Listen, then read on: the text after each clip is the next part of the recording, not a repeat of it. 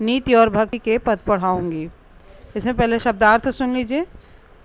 औषधि, दवा, कटुक, कड़वा, सालय, बेधता है, भखय, खाता है, संचय, संग्रह करना, परमारथ, दूसरों की भलाई, सबद, शब्द या वचन, बैन, वाणी, कल, चैन, शांति, मगजोबत, रास्ता देखते देखते अर्थात इंतज़ार करते करते, खेवटिया, नाविक, गिरधर, श्री कृष्ण को गिरधर भी कहा जाता है क्योंकि उन्होंने गोवर्धन पर्वत को अपनी उंगली पर धारण कर लिया था, इसलिए उनको गिरधर भी कहा जाता है। नागर, गिरधर, नागर। नागर मीन्स चतुर होता है, गिरधर मतलब गिरि को, पर्वत को, गोवर्धन पर्वत को धारण करने वाले। हरख हरख, प्रसन्न होकर। जस, यश। ये पाठ हम आपको 3 भागों में पढ़ाऊंगी। आज मैं आपको सिर्फ कबीर दास जी के पद पढ़ाऊंगी। कबीर दास जी के पद में पहले आप संदर्भ लिखेंगे कि प्रस्तुत पद्यांश हमारी पाठ्य पुस्तक मंजरी के नीति के दोहे और भक्त के पद नामक पाठ से अवतरित है। प्रस्तुत काव्य के प्रस्तुत दोहे के रचनाकार कबीर दास जी हैं। फिर उसके बाद प्रसंग लिखेंगे। प्रसंग में कबीर दास जी ने असहाय और निर्बल लोगों की सहायता करने के लिए कहा है कि कभी किसी के, यानी ये समझ लीजिए आचार विचार संबंधी मूल्यों का वर्णन किया है कबीर दास जी ने। दोहा है, दुर्बल को न सताइए, जाकी मोटी हाय, मुई खाल की श्वास सो, सार भस्म हो जाए। मुई मीन्स मरे हुए। दोहा है, फिर से सुनिए। दुर्बल को न सताइए, दुर्बल मीन्स कमज़ोर लोगों को। दुर्बल को न सताइए, जाकी मोटी हाय, हाय मीन्स उनकी आह, मुई खाल की श्वास सो, खाल मीन्स चमड़ी, मरी हुई चमड़ी, सार भस्म हो जाए। सार मतलब सब कुछ है। कबीर दास जी कहते हैं कि असहाय निर्बल व्यक्तियों को दुख नहीं देना चाहिए, यानी उनको कभी सताना नहीं चाहिए, क्योंकि उसकी हाय बहुत बुरी होती है। यदि मरी हुई खाल की धौकनी से लोहा गल सकता है तो जीवित मनुष्यों की आह, आह मीन्स बद्दुआ, श्राप, आह से क्या नहीं हो सकता। अर्थ फिर है बच्चों, कबीर दास जी कहते हैं कि असहाय निर्बल व्यक्ति को दुख यानी सताना नहीं चाहिए, क्योंकि उनकी हाय बहुत बुरी होती है। यदि मरी खाल की धौकनी से लोहा गल सकता है तो जीवित मनुष्यों की आह से क्या नहीं हो सकता। फिर सेकंड दोहा है, मधुर वचन है औषधि, कटुक वचन है तीर, श्रवण द्वार है संचर, सालय सकल शरीर। फिर से, मधुर वचन है औषधि, कटुक वचन है तीर, श्रवण द्वार है संचर, सालय सकल शरीर।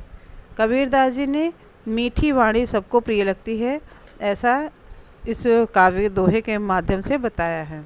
कबीर दास जी कहते हैं कि मीठे वचन दवाई के समान, यानी औषधि के समान प्राण रक्षक होते हैं। जिस प्रकार बीमार व्यक्ति को औषधि दे दीजिए, दवा दे दीजिए तो वो ठीक हो जाता है, वैसे ही मीठे वचन दवाई के समान प्राण रक्षक होते हैं, जबकि तीखे वचन तीर के समान होते हैं और कानों से होते हुए सारे शरीर को छेद डाल देते हैं। आशय यह है कि मीठी वाणी बोलनी चाहिए, प्रत्येक मनुष्यों को मीठी वाणी बोलनी चाहिए। ठीक है, फिर से अर्थ समझिए। मीठे वचन दवाई के समान प्राण रक्षक होते हैं, जबकि तीखे वचन तीर के समान होते हैं और कानों से होते हुए सारे शरीर को छेद डालते हैं। आशय यह है कि मीठी वाणी बोलनी चाहिए। तीसरा है, वृक्ष कबहू नहीं फल भखै, नदी न संचय नीर, परमारथ के कारण साधु न धरा शरीर। संचय मीन्स संचित करना, वृक्ष सभी भखै खाना, परमारथ मतलब दूसरों की भलाई के कारण। ठीक है, कबीरदास जी कहते हैं कि वृक्ष कबहू नहीं फल भक है, वृक्ष कभी अपना फल नहीं खाते। नदी न संचय नीर, और नदी कभी भी अपना जल संचित नहीं करती, एकत्रित नहीं करती। परमारथ के कार्य ने साधु न धरा शरीर, लोक कल्याण के हेतु हमेशा बहती रहती है। मतलब वैसे ही एक साधु भी अपनी सुख दुख कष्टों की चिंता न करके औरों के, दूसरों के लिए अपना शरीर मन आत्मा से कल्याण का भाव रखे, वही सच्चा संत साधु है। कवि कह रहे हैं कि वृक्ष कभी अपना फल नहीं खाता और न ही नदी कभी भी अपना जल संचित करती है, वह हमेशा लोक कल्याण के लिए बहती रहती है।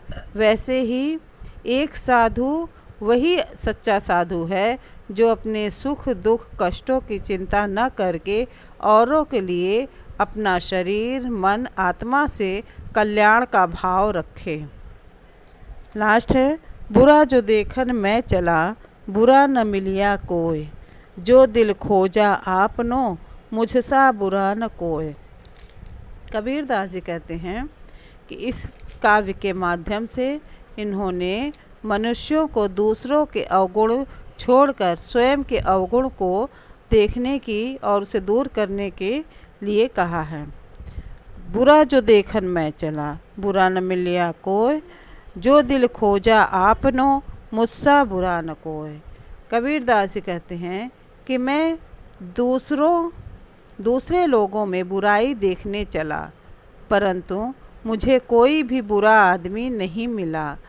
जब मैं अपने दिल में झांक कर देखा, तब मुझे पता चला कि मैं सबसे बुरा हूँ, क्योंकि मुझ में अनेक अवगुण हैं। आशय यह है कि दूसरों की बुराई देखना ठीक नहीं, अपनी बुराई देखकर उसे दूर करना चाहिए।